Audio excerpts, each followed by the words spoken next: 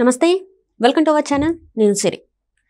జగన్మోహన్ రెడ్డి గారు 2019లో తను అధికారంలోకి రావడానికైతే ప్రశాంత్ కిషోర్ గారు తను చేసినవి ఏవైతే ఉన్నాయో తనైతే జగన్మోహన్ రెడ్డి గారు అయితే అధికారంలోకి రావడం జరిగింది ఐపాక్ టీం వల్ల. సో ఇప్పుడు మళ్ళీ 2024లో చూసాము తను ఎలాంటి ఘోర పరాజయం పాలయ్యాడో. ఇప్పుడు సేమ్ అలానే పీకే లాగా తన పార్టీని ముందుకు తీసుకెళ్లే వ్యూహకర్త కోసం అయితే జగన్మోహన్ రెడ్డి గారు చూస్తున్నట్టు మనకు తెలుస్తుంది. సో ఈ అంశాన్ని మనకు వివరించడానికి మనతో పాటు ఉన్నారు ప్రముఖ సీనియర్ జర్నలిస్ట్ డివిఎస్ గారు. నమస్కారం సార్. నమస్తే సార్. ఇప్పుడు చూస్తుంటే జగన్మోహన్ రెడ్డి టీంకి, జగన్మోహన్ రెడ్డి గారికి కరెక్ట్ అయిన వ్యూహకర్త లేరు. అంటే గతంలో చూస్తే పీకే గారు ఉండే. సో 2019లో తను ఎన్నికల్లో ఎలాంటి ఫలితాన్ని వచ్చిందో మనం చూసాం. 151 సీట్లతో తను గెలవడం చూసాం. అదే 2024కి వచ్చేసరికి తన సీట్లు ఎలాంటిది వచ్చిందో మనం చూసాం. అప్పుడు పీకే లేరు. ఇప్పుడు మళ్ళీ తన అధికారంలోకి రావాలంటే, నెక్స్ట్ ఎలక్షన్స్లో తన అధికారంలోకి రావాలంటే మళ్ళీ పీకే లాంటి ఒక వ్యూహకర్త కావాలని చెప్పేసి తను ఎదురు చూస్తున్నట్టు తెలుస్తుంది. మరి అసలు ఏంటి నిజంగానే మరి వ్యూహకర్త దొరికినా కూడా జగన్మోహన్ రెడ్డికి, వైసీపీకి జనాలు మరి ఓటేసే అవకాశం ఉందంటారా? 100 మంది పీకేలు వచ్చినా ఈ పార్టీని ఇంకా లేపలేరు. జాకీలు సాలవు. ఏది ఎన్ని జాకీలు లేపాలన్నా అది లేచే పరిస్థితిలో లేదన్నమాట. అంతగా కుదేలైపోయింది జగన్మోహన్ రెడ్డి ఆయన పార్టీ. ఏది 6% సీట్లకే పరిమితమైంది. మనం చూసాం. వైనాట్ 175 అన్నాళ్ళు ఇవాళ ఎక్కడున్నారు? 11లో ఉన్నారు. ఆ 11 మంది కూడా కనిపించడం లేదు. ఇక్కడ అసెంబ్లీలో ఆ 11 మందిలో 7 ఆల్రెడీ వేరే పార్టీల్లో మాట్లాడేసుకున్నారని, ఇక మిగిలేదు 4 పోనీ రాజ్యసభలో 11 ఉన్నారు కదా, దేశంలో 4వ పెద్ద పార్టీ అనుకుంటే అక్కడ ఉన్న 11 మందిలో ఆల్రెడీ 8 మంది, 4 బీజేపీలోకి, 4 తెలుగుదేశంలోకి వెళ్తున్నారని, మిగిలింది అక్కడ 3. ఆ 3లో ఒకడు విజయసాయిరెడ్డి, ఒకడు బాబాయ్ వైవి సుబ్బారెడ్డి, ఇంకొకళ్ళ పార్ట్నర్ అయోధ్యరామరెడ్డి ఉంటారు.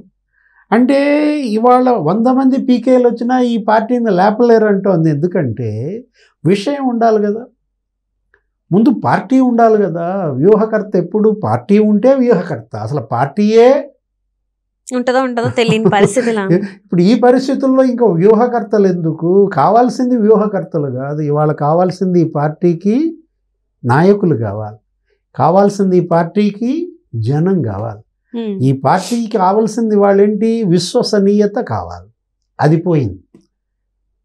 ఎప్పుడైతే విశ్వసనీయతే కోల్పోయారో ఇక నమ్మేవాళ్ళు లేరు. నమ్మేవాళ్ళు లేనప్పుడు ఇంకా నువ్వెవరిని నమ్మిస్తావు? కానీ జగన్మోహన్ రెడ్డి చెప్పింది మాత్రం ఇదే కదా, విశ్వసనీయత విలువలతో కూడిన పార్టీ మాదే అని చెప్పేసి జనాల మధ్యలోకి వచ్చాడు కదా. మరి అసలు విలువలకి పేటెంట్ నాదే.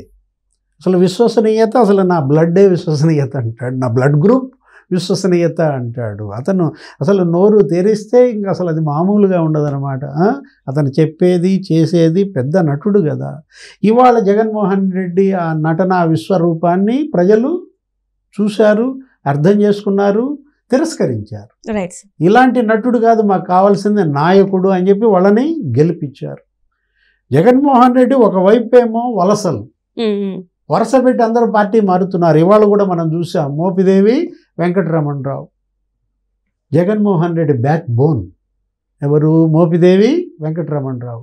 అలాంటి బ్యాక్ బోనే ఇవాళ జంప్ ఇరిగిపోయిందన్నమాట. అంటే మోపిదేవి గారు జగన్మోహన్ రెడ్డి గారి కోసం జైలుకి కూడా వెళ్ళిన వ్యక్తి. మరి ఈరోజు జగన్మోహన్ రెడ్డి గారిని కాదని వేరే పార్టీకి ఎందుకు వెళ్తున్నారు? అదే కదా విశ్వసనీయత. పడిపోయిన విశ్వసనీయత. మోపిదేవే జగన్మోహన్ రెడ్డిని నమ్మలేకపోయాడంటే, నమ్మడం లేదంటే ఇంకా అతను ఎంత విశ్వసనీయత లేమిలో ఉన్నాడో అర్థం చేసుకోవాలి. కుటుంబం నమ్మటం లేదు, చెల్లెళ్ళు నమ్మటం లేదు, తల్లి నమ్మడం లేదు. అటు తల్లి చెల్లెళ్ళు నమ్మనాడు ఇంకా అతనేమి విలువలు గలవాడు, అతనేమి విశ్వసనీయత గలవాడు. ఇవాళ మోపిదేవి వెంకటరమణ, బీడా మస్తానరావు ఇద్దరు రాజీనామా చేసి పారేశారు. ఇందాకే రాజ్యసభ చైర్మన్ దగ్గరికి వెళ్ళి రాజీనామాలు ఇచ్చి బయటకు వచ్చి ఏం మాట్లాడారు? నన్ను అడ్డు తొలగించుకోవటం కోసం రాజ్యసభ ఇచ్చాడు, నా మీద ప్రేమతో కాదు. ఇక్కడ నియోజకవర్గంలో నేను వేలు పెట్టకూడదని రేపల్లెలో నేను చెప్పినాడికి సీట్ ఇవ్వకుండా మరొకరికి ఎవరికో సీట్ ఇచ్చి నన్ను నియోజకవర్గానికి దూరం చేశాడు. చిల్లర మాటలు నేను మాట్లాడను అంటూ అతను ఇవాళ బీసీల్లో బలమైన వర్గానికి చెందినవాడు. మోపిదేవి వెంకటరమణ. ఈయన బీసీలో మరో ప్రధాన వర్గం ఎవరు?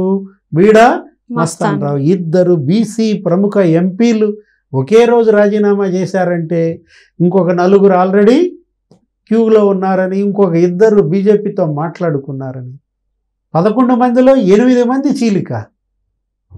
అంటే నీకు జగన్మోహన్ రెడ్డి ఎలా అతను క్రెడిబిలిటీ క్రైసిస్లో పడ్డాడు, ఐడెంటిటీ క్రైసిస్లో పడ్డాడు. కుటుంబం నమ్మడం లేదు, పార్టీ నమ్మడం లేదు, ప్రజలు నమ్మడం లేని పరిస్థితి అన్నమాట. అంటే ఈ పరిస్థితి ఎందుకు వచ్చింది, నేను ఎందుకు ఓడిపోయాను, నేను ఎక్కడ తప్పు చేశాను, ఆ తప్పులు చెప్పటం, వాటిని దిద్దుకోవటం, ఇదేమీ లేకపోగా అదే అబద్ధాలు, అదే ఎదురు దాడి మనం చూసాం ఈ 3 నెలల్లో. ఇవాళ జగన్మోహన్ రెడ్డి పరిస్థితి. విజయసాయిరెడ్డి కూడా వెళ్ళిపోతున్నాడని అవును సార్. ఈరోజు రవిచంద్రారెడ్డి అనే వైసీపీ లీడర్ మాట్లాడుతూ ఒక ఛానల్లో ఏమన్నాడు, అసలు ఈ పరిస్థితికి ప్రధాన కారణం సజ్జల రామకృష్ణారెడ్డి. ఈ ఓటమి జగన్మోహన్ రెడ్డి ఓటమి కాదని అది సజ్జల మీద వేయాలని చూస్తున్నారు.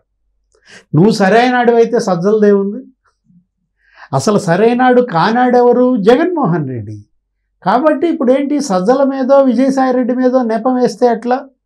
అతను ఏమంటున్నాడు, రవిచంద్రారెడ్డి విజయసాయిరెడ్డే ఈ ఎంపీలందరినీ బీజేపీలోకి తీసుకెళ్తున్నాడు, ఈ ఎంపీలందరినీ తెలుగుదేశంలోకి పంపిస్తున్నాడంటూ విజయసాయిరెడ్డిని మీ ధ్వజం ఎత్తాడు. పోవచ్చు కదా, నువ్వే పోవచ్చు కదా అన్నట్టుగా. అంటే ఇప్పుడు నీకేమర్థమవుతుంది, విజయసాయిరెడ్డి కూడా ఇవాళ రేపో జంప్ జగన్మోహన్ రెడ్డిని నమ్ముకుని రాజకీయం చేసే పరిస్థితి లేదు. మాజీ ఎమ్మెల్యేలంతా పార్టీ మారుతున్నారు. మద్దాలి గిరి, కిలారి రోసయ్య, డిప్యూటీ సీఎంగా చేసిన ఆళ్ల నాని, మొన్న మనం చెప్పుకున్నాం, ఏలూరు జిల్లా పార్టీ అధ్యక్షుడు. అసలు జిల్లా పార్టీల అధ్యక్షులంతా రాజీనామాలు. డొక్కా మాణిక్యవరప్రసాద్ రాజీనామా చేసి తెలుగుదేశంలో చేరిపోయాడు, గుంటూరు జిల్లా పార్టీ అధ్యక్షుడు. ఇప్పుడు ఇవాళ పోతుల సునీత కూడా రాజీనామా చేసింది, ఎమ్మెల్సీ కూడా వద్దాను. అటు పార్టీకి రాజీనామా చేసింది, ఇటు ఎమ్మెల్సీకి రాజీనామా చేసింది. వీళ్ళిద్దరూ కూడా అదే, మోపిదేవిను మస్తాన్ రావు పార్టీకి రాజీనామా చేశారు, రాజ్యసభ కూడా వదిలేసుకున్న పరిస్థితి. అంటే జగన్ అంటే భయపడిపోతున్నారు. జగన్ని నమ్ముకుంటే ఇక మనకు భవిష్యత్తు లేదని అనుకుంటున్నారు. ఎంపీటీసీలు, జడ్పీటీసీలు, కౌన్సిలర్లు, కార్పొరేటర్లు ఖాళీ అయిపోతున్నారు కదా. నిన్న ఏలూరు మేయర్ నూర్జహాన్ తను కూడా లొకేషన్ కలిసి తెలుగుదేశంలో చేరిన పరిస్థితి. కుప్పంలో ఖాళీ అయిపోయింది, పొంగనూరులో ఖాళీ అయిపోయింది. విశాఖ కార్పొరేటర్లు 20 మంది మారుతున్నారు, విజయవాడ కార్పొరేటర్లు మారుతున్నారు. అసలు మాచర్లలోనే మనం చూసాం, కౌన్సిలర్లంతా తెలుగుదేశంలో బ్రహ్మారెడ్డి సమక్షంలో చేరిపోయిన పరిస్థితుల్లో ఆ కదిరి మాజీ ఎమ్మెల్యే సిద్ధారెడ్డి పార్టీ మారాడు, రాజీనామా చేసేశారు.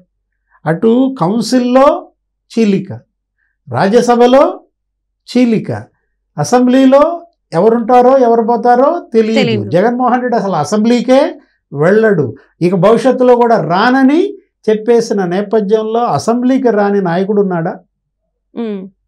అసెంబ్లీకి రానాడు పార్టీనే నడుపుతాడమ్మా, అసెంబ్లీకి రానాడు నాయకులనే నడిపిస్తాడు, అసెంబ్లీకి రానాడు ప్రజలకి ఏం చెప్తాడు, ప్రజలను ఎలా దిశానిర్దేశం చేస్తాడు.